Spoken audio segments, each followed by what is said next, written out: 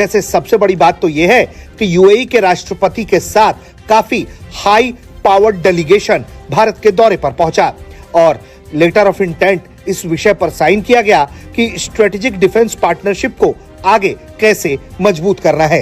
यानी कि साफ है कि एक तरीके से सऊदी और पाकिस्तान के बीच में जो डिफेंस स्ट्रेटेजिक पार्टनरशिप हुई थी उसका काट यूएई भारत के रास्ते देखना चाहता है। इस वक्त बड़ी डेवलपमेंट जो साउथ एशिया से या इस खित्ते से हो रही है वो ये है कि भारत और UAE United Arab Emirates they have signed or signing or to sign the strategic defense agreement partnership in near future. कई तरह की बातचीत कही जा रही है कि वो प्राइम मिनिस्टर मोदी के साथ करेंगे और पाकिस्तान में कई लोग ये बात भी कर रहे हैं कि क्या पाकिस्तान हिंदुस्तान के लिए भी क्या कोई मैसेज लेकर आए हैं। ये इतने शॉर्ट विजिट उनके क्यों हो रहे हैं, कैसे देखते हैं आप उनके इस विजिट? पहला मेजर अनाउंसमेंट है कि भारत और यूएई ने एक लेटर ऑफ इंटेंट साइन किया है towards building a framework for strategic defense partnership। जी, वही strategic defense partnership जो पाकिस्तान ने सऊदी के साथ की थी। सबसे बड़ी न्यूज है of this year, UAE and India to boost the trade to $200 billion. That's another news. That is an other news। और ये जो UAE और इंडिया जो कंक्लूड करेंगे फ्रेममेंट एग्रीमेंट ऑन डिफेंस, इसकी अनाउंसमेंट फॉरेन सेक्रेटरी विक्रम मिश्री ने कर दिया। कहीं पे भी अगर कतर, यूएई और सऊदी अरेबिया, बज़ाहिर तो हमें ऐसे लगता है कि जी बस अपने काम से काम रखने वाले ममालिक है, लेकिन जो दुनिया की डिप्लोमेसी है उसमें इनका बड़ा कलीदी किरदार है। दोस्तों, आज हम बात करने जा रहे हैं एक ऐसी पार्टनरशिप की जिसने पूरे साउथ एशिया और मिडल ईस्ट की जियोपॉलिटिक्स को हिलाकर रख दिया है। इंडिया और यूएई के बीच साइन हुआ नया स्ट्रेटेजिक डिफेंस पार्टनरशिप एग्रीमेंट कोई मामूली बात नहीं है। फॉरेन सेक्रेटरी विक्रम मिस्री के मुताबिक दोनों देशों ने एक लेटर ऑफ इंटेंट पर साइन किए हैं जो आने वाले वक्त में हमारी मिलिट्री और सिक्योरिटी टाइज को एक नई ऊंचाई पर ले जाएगा। इस डील की सबसे बड़ी बात यह है कि ये सिर्फ वेपन की खरीद और फरोख्त तक महदूद नहीं है। हम बात कर रहे हैं जॉइंट प्रोडक्शन, टेक्नोलॉजी ट्रांसफ़र और मैरीटाइम सिक्योरिटी की। सोचिए, जब प्राइम मिनिस्टर मोदी और मोहम्मद बिन जायद के बीच अकेले में गुफ्तगू हुई जिसमें कोई तीसरा बंदा नहीं था, तो समझ लीजिए कि बात बहुत गहरी और स्ट्रेटेजिक है। एक्सपर्ट का कहना है कि ये पार्टनरशिप बिल्कुल वैसी हो सकती है जैसे पाकिस्तान और सऊदी अरेबिया के बीच है, यानी an attack on one is an attack on the other. अगर ये सच होता है तो यूएई की डिफेंस रिस्पॉन्सिबिलिटी में इंडिया एक बड़ा रोल प्ले करेगा। इस डील को पाकिस्तान काफ़ी ज़्यादा गहराइयों से देख रहा है, क्योंकि भारत जब भी डिफेंस की डील करता है तो पाकिस्तान को लगता है भारत हमारे लिए तैयारी कर रहा है। दोस्तों, इस वक्त बड़ी डेवलपमेंट जो साउथ एशिया से या इस खित्ते से हो रही है वो ये है कि भारत और UAE United Arab Emirates they have signed or signing or to sign the strategic defense agreement partnership in near future। समझ रहे हैं बात को? ये सबसे बड़ी न्यूज है of this year, UAE and India to boost the trade to $200 billion। That's another news। That is an other news। और ये जो UAE और इंडिया जो कंक्लूड करेंगे फ्रेममेंट एग्रीमेंट ऑन डिफेंस, इसकी अनाउंसमेंट फॉरेन सेक्रेटरी विक्रम मिश्री ने कर दिया।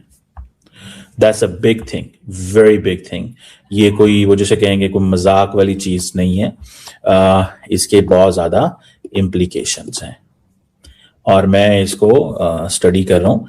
और सबसे इंपॉर्टेंट बात मैं आपको बताता चलूँ, सिग्निफिकेंट चीज कि जो जॉइंट जो मीटिंग हुई है प्राइम मिनिस्टर मोदी की, जो प्राइम मिनिस्टर मोदी की मीटिंग हुई है वो इंटरेस्टिंग उसमें चीज यह थी कि जो लीडरशिप है इंडिया की और यूएई की, वो उस मीटिंग में जो कुछ वो कर रहे थे, आपके लिए इंटरेस्टिंग बात है कि उसमें there was no one sitting other than the two leaders.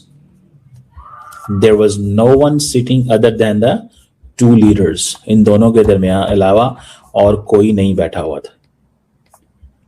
तो इससे आपको पता चलता है कि दैट वाज समथिंग सिग्निफिकेंट। ये एक सिग्निफिकेंट चीज है, आप इसको इग्नोर नहीं कर सकते। अदर देन दैट इसमें बातें तो हम बहुत जारी कर सकते हैं। आपको पता है थोड़ा अर्सा पहले पाकिस्तान और सऊदी अरब ने डिफेंस एग्रीमेंट किया था।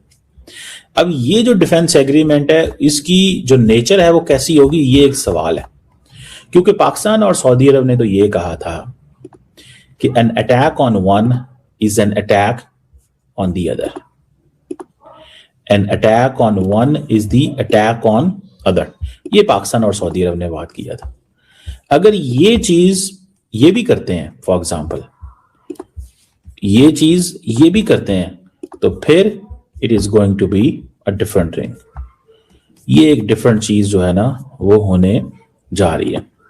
और ये आप देखें कि रीजनल ग्लोबल इश्यूज पे वो हमने कहते हैं बात की है, फोकस किया था जो हमारा एक cross trade, investment, defence technology, people to people ties, ये सब कुछ। हमारे केस में ये है, हमारे तो आपको पता है यूएई के वीजे भी बंद हैं टू बी ऑनेस्ट, यानी कि हमारे लोग जो हैं वो they can't go to UAE.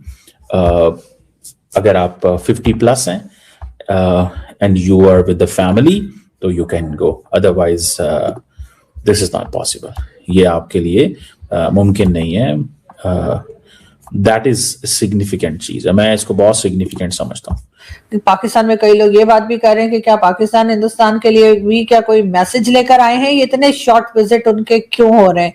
कैसे देखते हैं आप उनके इस विजिट को? और वैसे गजा के लिए भी कहा जा रहा है कि गजा के ऊपर जो मीटिंग चल रही है शायद उसकी बात करने आए हैं, लेकिन ये इतने लंबा ट्रेवल करके जो है यूएई से पहले पाकिस्तान पहुंचे, उसके बाद कुछ अर्से बाद ये भारत गए, तो ऐसी कौन सी बात हो सकती है जिसके लिए आपको लगता है कि विजिट्स चल रहे हैं?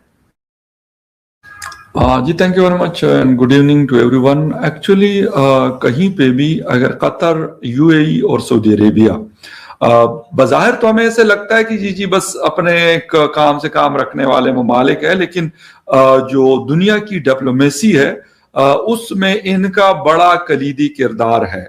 वो मिडिल ईस्ट से हट कर मैं बात कर रहा हूँ, वो ईरान हो सकता है, वो पाकिस्तान इंडिया हो सकता है, वो इजराइल हो सकता है, वो आपका अमेरिका ईरान हो सकता है। ये सारी चीजें इसके ऊपर इनका एक बड़ा होल्ड है। और ये अपनी एक मैं ये कहूंगा कि शायद खामोश सफारतकारी अगर मैं कहूं तो शायद ये वर्ड गलत ना हो।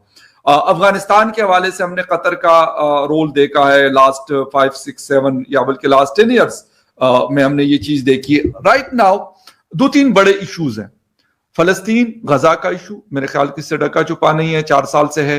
रशिया यूक्रेन जंग का भी है, लेकिन उसमें शायद मिडिल ईस्ट उस तरीके का रोल प्ले नहीं कर रहा। बट ईरान, अमेरिका में middle east, Saudi Arabia, UAE and Qatar and इसके साथ जॉर्डन वगैरह जो है, इनका बहुत बड़ा अहम रोल है और ये रोल प्ले करते भी हैं। लेकिन पाकिस्तान इंडिया के दरमियान भी जो मामलात है उसमें भी इनका एक रोल है।